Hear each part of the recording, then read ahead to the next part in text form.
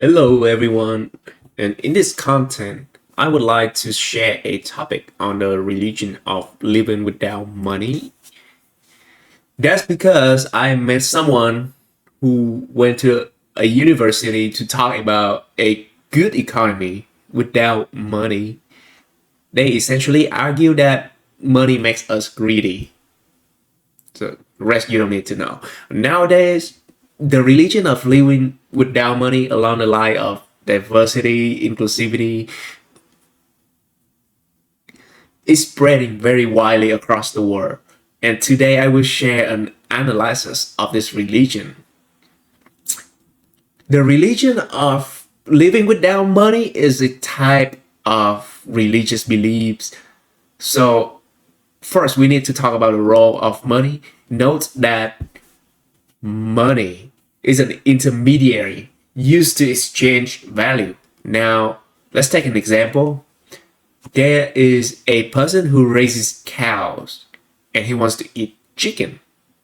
At the same time, in his village, there's also someone who raises chicken. This cow farmer wants to eat chicken, but in this economy, money is not used. So people in the economy are forced to exchange goods directly, also known as bartering. This cow farmer can eat chicken even though he has a cow, and the chicken farmer might have up to 50 chickens, an equal value to a cow, for example, but the cow farmer still can eat chicken. The chicken farmer also really likes to eat beef, but he cannot eat it. This is because the cow farmer could exchange his cow for 50 chickens, but there's no way he could consume all of them. One person can eat 50 chickens. If he did eat them all, he would get sick of it. So, even though the cow farmer wants to eat chicken and the chicken farmer wants to eat beef, and both are willing to exchange a necessary condition, they still cannot trade because the cow farmer can consume a pie of chicken like that. And he also specializes only in raising cows. So if he brings the 50 chicken home, he won't know how to make a chicken farm. It'd be a waste. On the other hand, the chicken farmer might get a cow to slaughter, but he won't be able to consume all of it. We are only talking about the relationship between the cow farmer and the chicken farmer. And luckily, fortunately, in this case, their needs happen to match each other. But just imagine in an economy where the cow farmer likes to eat chicken, but the chicken farmer does not like beef, he's a vegetarian. The chicken farmer might need a belt. The belt maker doesn't need chickens and therefore won't exchange the belt for the chickens. Suppose the belt maker needs an iPhone. The phone manufacturer, in turn, doesn't need a belt, but he might need salt and rice. However, the rice and the salt seller might not need a phone. Hence, in the battle economy, it becomes practically impossible to operate effectively. A barter economy is very impractical. It is almost like a primitive commune economy where goods are neither diverse nor plentiful. Only in such a primitive condition might a better economy be barely conceivable. Consequently, living without money as proposed by some religious belief is extremely illogical.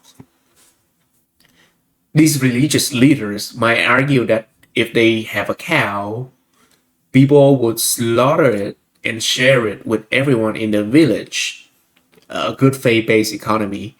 People who raise chickens would slaughter chickens and share them with everyone.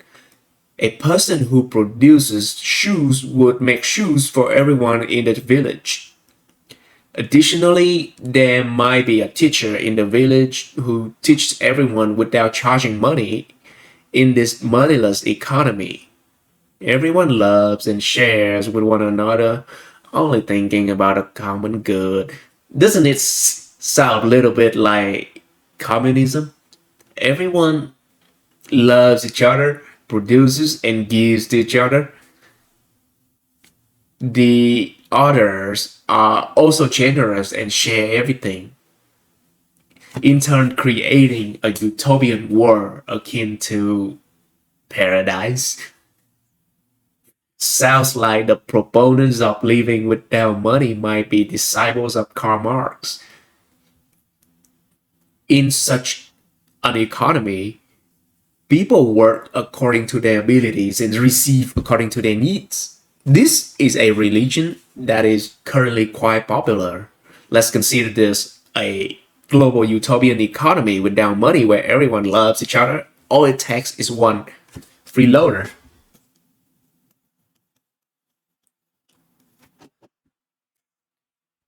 and there will be problems. This freeloader asks when someone go to slaughter a cow for some meat, takes some when people prepare chickens and wear shoes made by others. But when asked, what do you contribute to the community? He would say, I have nothing to contribute yet. Wah, wah, wah. In this utopian nonsense economy, just one freeloader reveals his flaws. Imagine if there were many freeloaders. This supposed paradise would turn into a nightmare. Everything would go down in flame.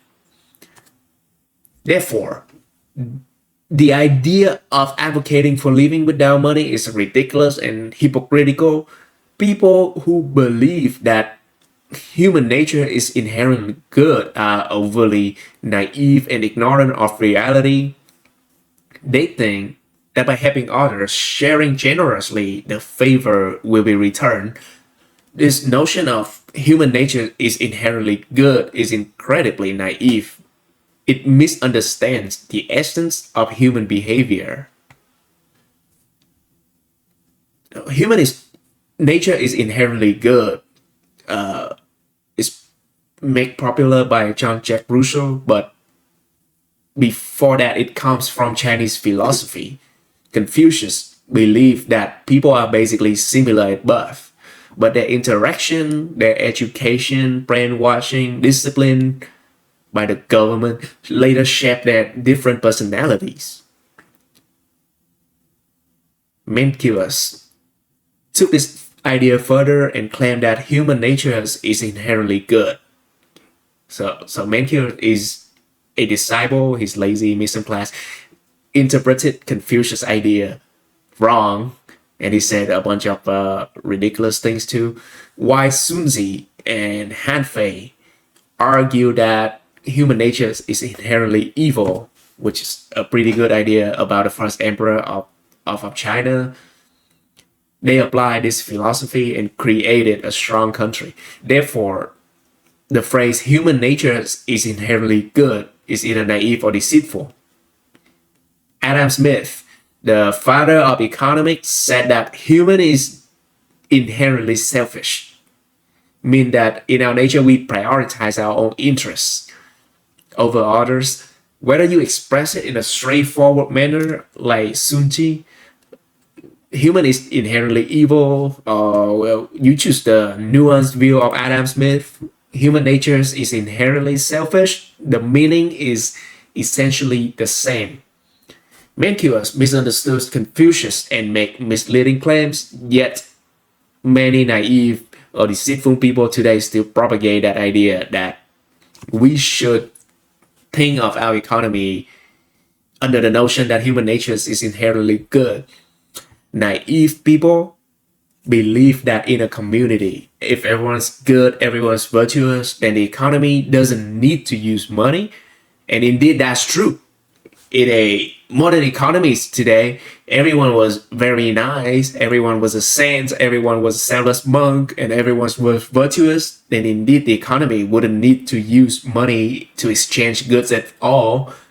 What happens follows: the iPhone manufacturer would just give out iPhones to everyone. People would work diligently to contribute back for the value received to the iPhone company, and then the tool manufacturers would give out drills to everyone. Carpenters would then make tables, chairs, beds, and bring them out to the society to distribute, practically giving each person a freebie.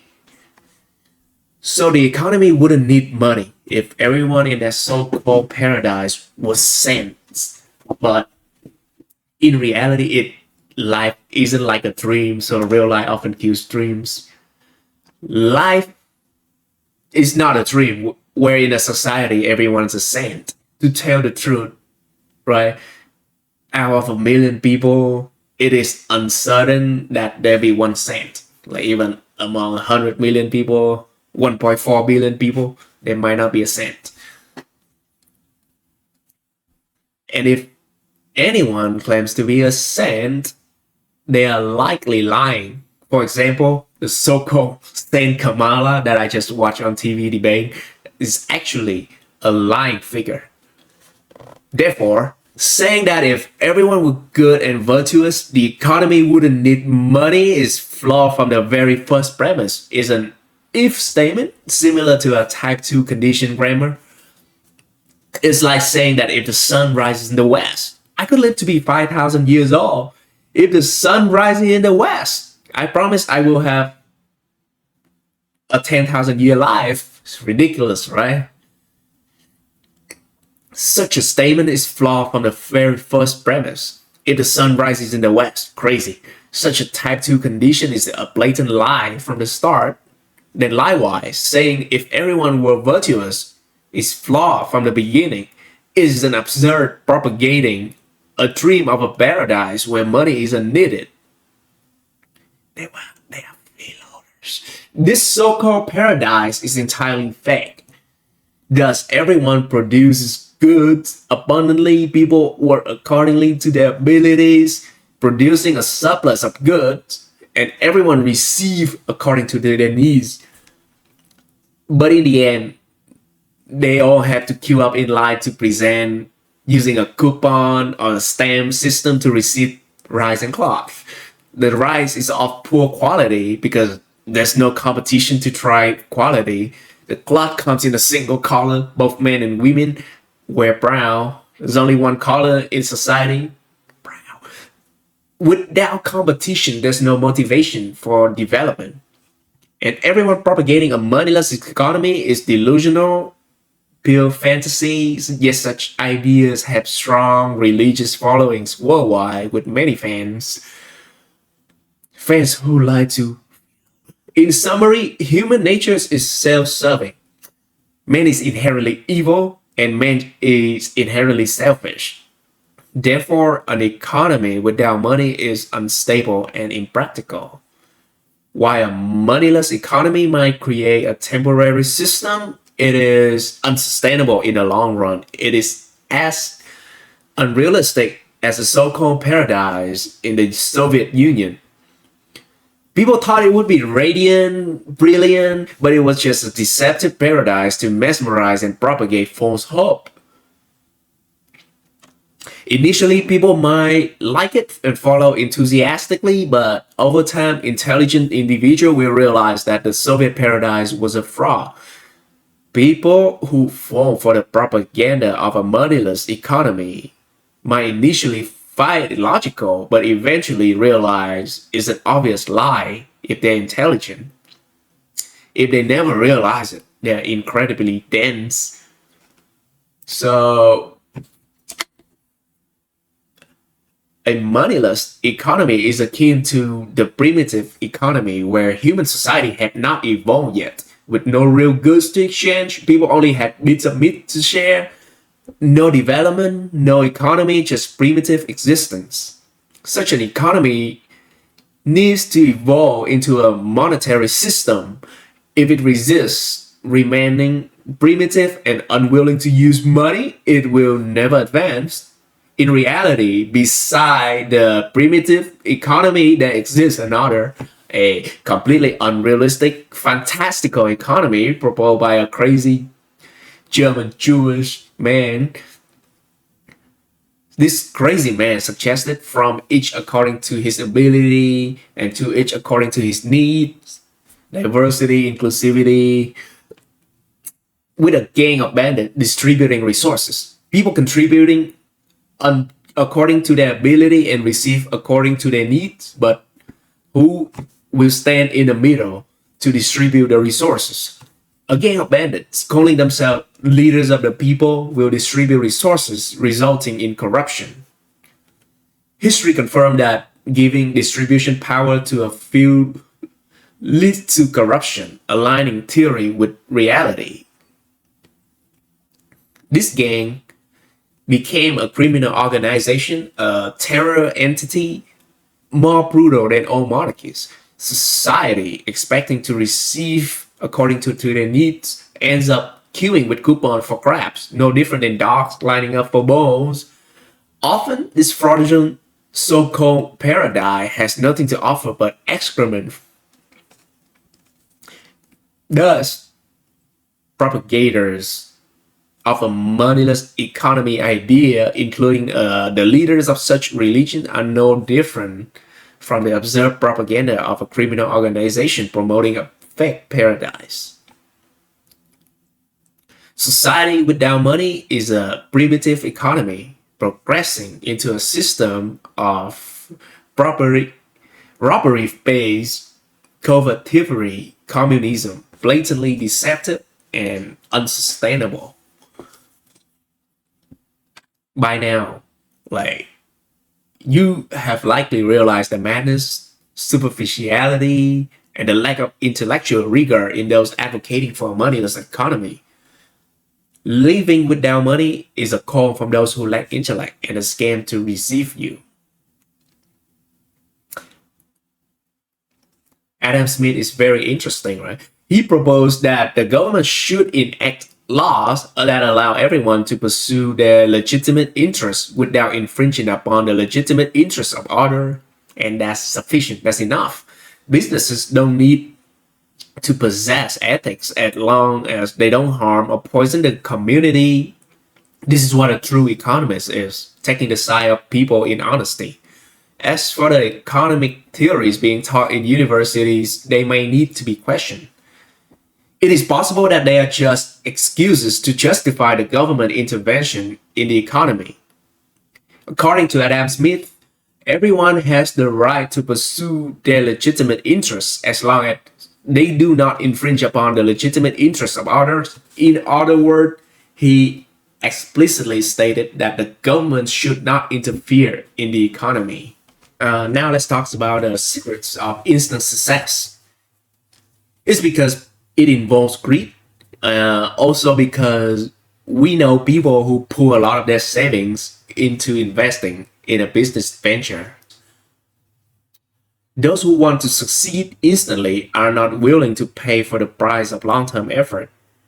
They are not willing to pay the price of painstakingly long-term study to create real success. So those who seek instant success will fail in the long run. Occasionally, such people might get lucky and achieve short-term success. For example, winning a lottery, winning a bet, hitting it big in the stock market, or making some quick money in a business venture, etc. However, in the long run, their approach is unsustainable, my friends, because when they take such risks to make quick money, if they get it by being lucky, they become very eager. They get very excited, my friends, because this money didn't come from their efforts, came from luck. This leads to people thinking that they will get lucky again and they won't stop. So next time they might gamble even more. They might play it as big as they did the first time. If they get it again, get lucky and win, then by the third time they will suddenly gamble very big.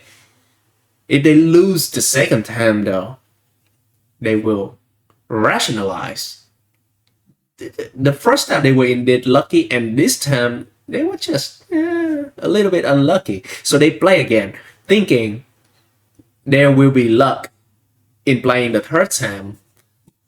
In general, whether they win or lose, they will continue to play. But if this happens, my friends, they will lose for the first time, but try again and second times and lose again.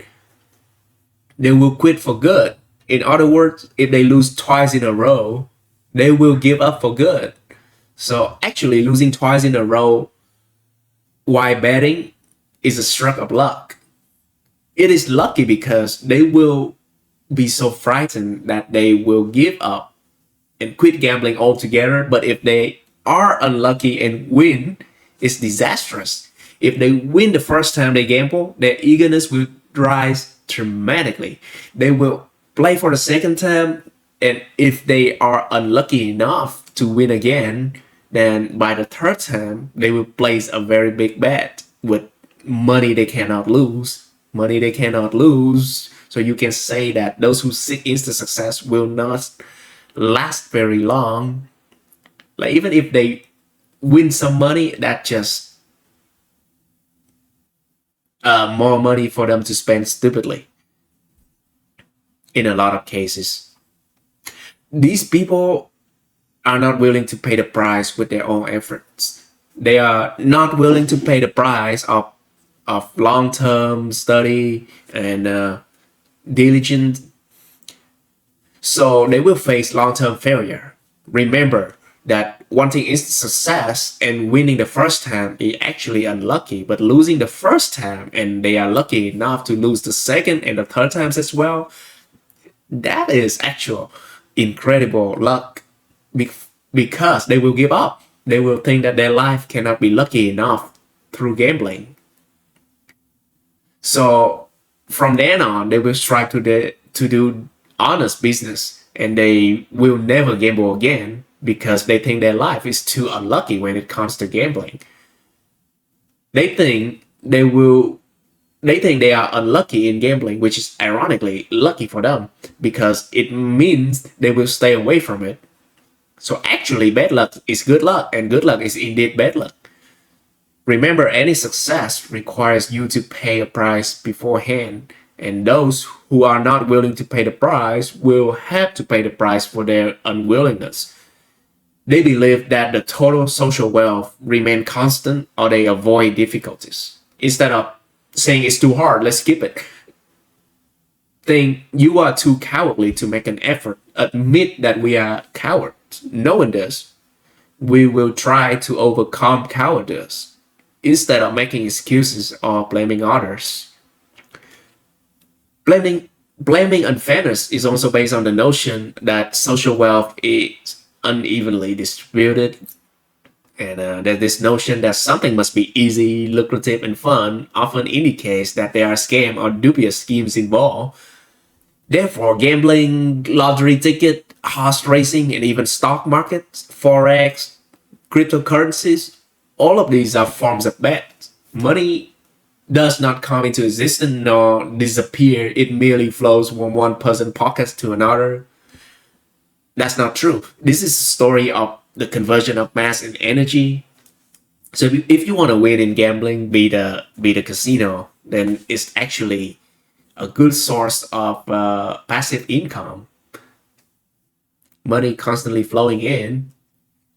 Again, money is merely an intermediary for exchange of value. So the more value there is, the more money will come. The more material wealth an economy creates, the more money flows into that economy. It's not just money flowing from one person's pockets to another. Money is merely a medium for exchanging values. So when there is more value, there's more money to exchange at that increasing values. If an economy has no value, then no money circulates because there's no value to circulate. If an economy has value, money instantly has more value accordingly. And this refers to gold backed money. If we use fiat money or weak currency, the amount of money also increases. And this content has become lengthy, so I will stop here. You can reach me through my email. Thank you for listening.